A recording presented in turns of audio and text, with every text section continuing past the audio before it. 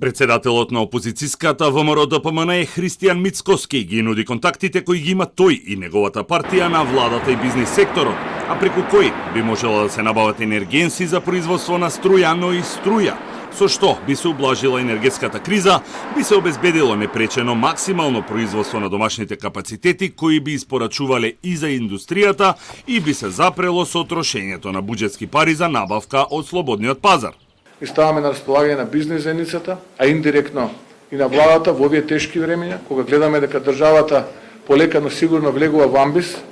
на располагање сите наши контакти, да обезбедиме ресурс со кој што ќе произведеме електрична енергија,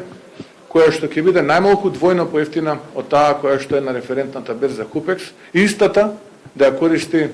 стопанството, а се со цел да спасиме стотици илјади работни места од губење во периодот кој што следи. Мицкоски е дециден дека може да се обезбеди доволно мазут за потребите на ТЕЦ Неготино и газ за Тето, кој потоа дел од струјата би ја продавале на бизнисот. Опозицијската ВМРО-ДПМН деновиве до собранието ќе достави измени на Законот за енергетика кои предвидуваат сите јавни комунални предпријатија, но и објектите во образованието и здравството да бидат вратени на регулираниот пазар, односно под капата на ЕВН. Партиска делегација на ВМРО-ДПМН денеска беше на состанок во Сојузот на стопански комори на Македонија, каде исто така беа презентирани двата предлога. Од ССК пак велат дека компаниите го намалуваат производствениот процес за да може да изменаџираат со средствата со кои располагаат за набавка на електрична енергија или енергенси. А енергетската криза е национален проблем и понудените решенија и предлози не смеат да се осврлат без да се разгледаат, бидејќи дошле од власта или од опозицијата.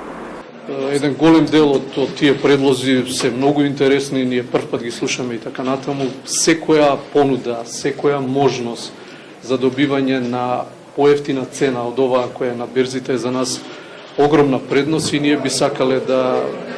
секој дел од тие мерки што е конструктивен,